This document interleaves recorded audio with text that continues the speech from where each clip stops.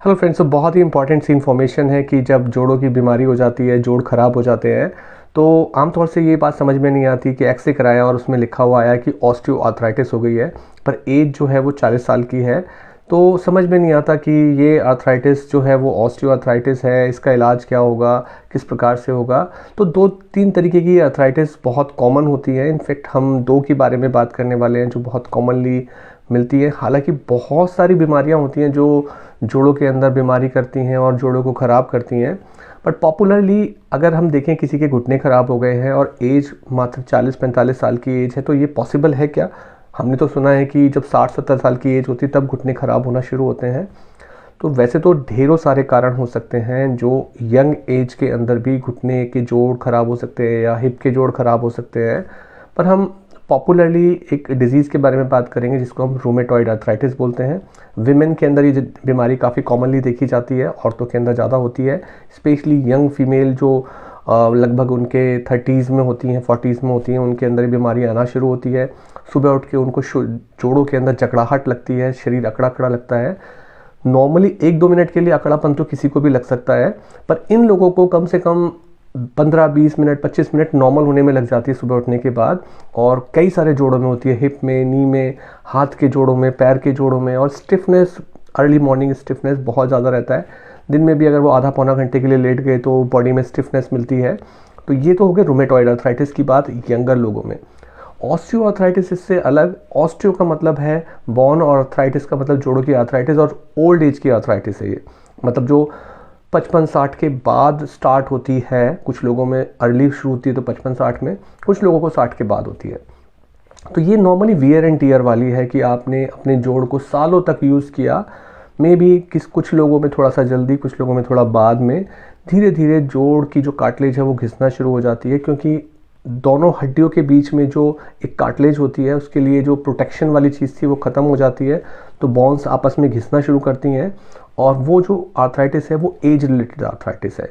इसके अंदर सुबह उठ के इतनी देर तक स्टिफनेस नहीं होता जैसे रूमेटॉइड आर्थराइटिस में होता है।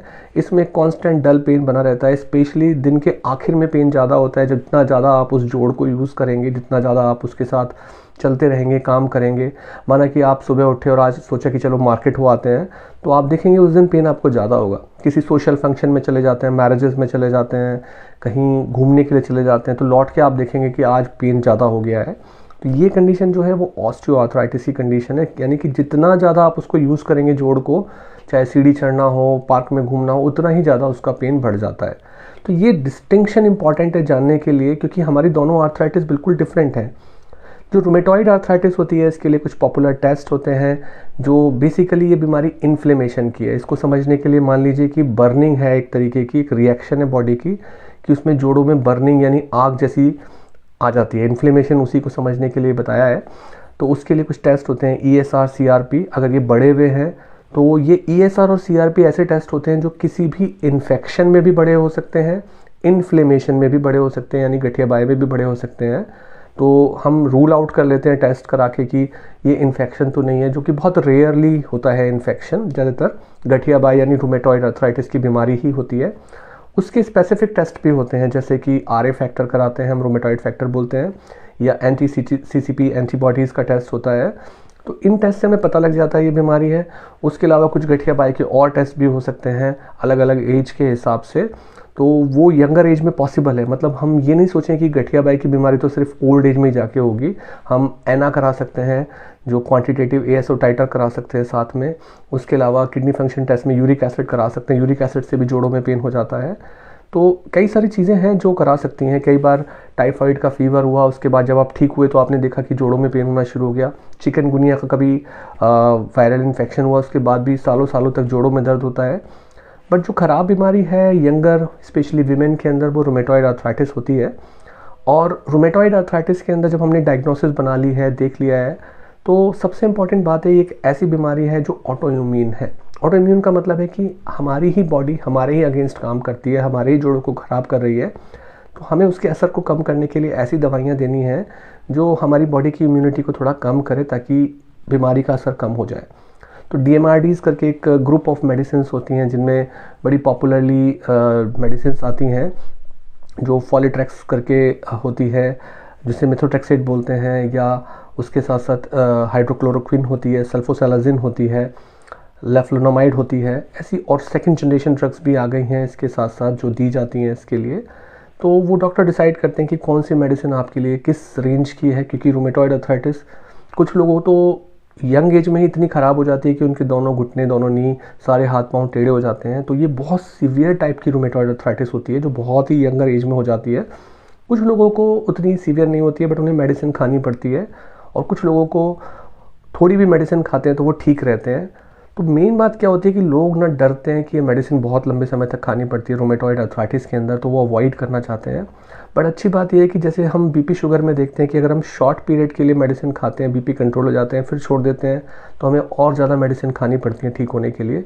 तो रूमेटॉइड अर्थराइटिस में भी ऐसा ही है कि अगर आप कुछ दिन ठीक रहोगे, मेडिसिन खाओगे, फिर बंद कर दोगे, तो अब आपको धीरे धीरे ज़्यादा मेडिसिन की ज़रूरत पड़ने लगेगी अपने आप को ठीक रखने के लिए। बट अगर आप रेगुलरली मेडिसिन लेते रहेंगे तो कम से कम मेडिसिन में आप बिल्कुल ठीक रहेंगे, और आपकी बीमारी की जो स्पीड 100 की थी तेज़ी से बढ़ने की रूमेटॉइड की, उसकी स्पीड कम हो जाएगी। वहीं ऑस्टियोआर्थराइटिस एक दूसरी कंडीशन है जो एज की वजह से होने वाले चेंजेस हैं। तो शुरुआती जो ऑस्टियोआर्थराइटिस होती है इसको हम 5 अलग अलग ग्रेड्स में देखते हैं कि ग्रेड 1 से लेके 5 तक। तो शुरुआती ग्रेड में ऑस्टियोआर्थराइटिस उतनी ख़राब नहीं होती है, आपने अगर एक पेन किलर भी खा लिया तो 2-2 3-3 दिन तक आप ठीक रहते हो, बट पेन किलर हमेशा नहीं खाना चाहिए। बहुत सारे सप्लीमेंट्स आते हैं जो घुटने में चिकनाई बढ़ाते हैं, सप्लीमेंट होते हैं, कोलेजन के सप्लीमेंट्स होते हैं, कई सारी दवाइयाँ होती हैं, एडवांस मेडिसिन आती हैं जो शुरुआती स्टेज में आपको काफ़ी हेल्प करती हैं, आपके पेन किलर की नीड को कम कर देती हैं। तो वहाँ पर वो सब चीज़ें दी जा सकती हैं। पर मेन डिस्टिंक्शन है कि ये दोनों ऑस्टियोआर्थराइटिस और रूमेटॉइड अर्थराइटिस 2 अलग अलग बीमारियाँ हैं, इनको एक करके देखा नहीं जा सकता क्योंकि दोनों का ट्रीटमेंट बिल्कुल डिफरेंट है। कौन सी स्टेज में रूमेटॉइड अर्थराइटिस है, कौन सी स्टेज में ऑस्टियोआर्थराइटिस है, ये सब बिल्कुल डिफरेंट होती हैं। तो ये जानना ज़रूरी है कि 2 अलग अलग बीमारियां हैं, और यंग लोगों को भी आर्थराइटिस की बीमारी हो सकती है, जिसके मैंने कुछ टेस्टों का भी आपको जिक्र किया है। और ऑस्टियोआर्थराइटिस में मेन इंपॉर्टेंट चीज़ एक्सरे होता है। एमआरआई की ज़रूरत बहुत रेयरली पड़ती है, एमआरआई नहीं कराना चाहिए ऑस्टियोआर्थराइटिस के अंदर, नी के अंदर स्पेशली बात हो रही है। और भी जोड़ों में आर्थराइटिस हो सकती है, जैसे हाथ के अंगूठे में ऑस्टियोआर्थराइटिस यानी एज से होने वाली आर्थराइटिस हो जाती है। कोई भी जॉइंट बचा नहीं है जिसमें ऑस्टियोआर्थराइटिस ना हो। तो बीमारी की स्टेज को समझना बहुत ज़रूरी है, क्योंकि एक लेवल पे जब जोड़ इतने ख़राब हो जाते हैं, कोई मेडिसिन फिर काम करने की स्टेज में नहीं होती है। तो उसके हिसाब से ट्रीटमेंट के ऑप्शंस होते हैं कि हमारे पास क्या क्या ऑप्शंस हैं, हम क्या क्या कर सकते हैं, उन चीज़ों को देखा जाता है। तो 2 अलग अलग बीमारियां हैं, रूमेटॉइड अर्थराइटिस एंड ऑस्टियोआर्थराइटिस।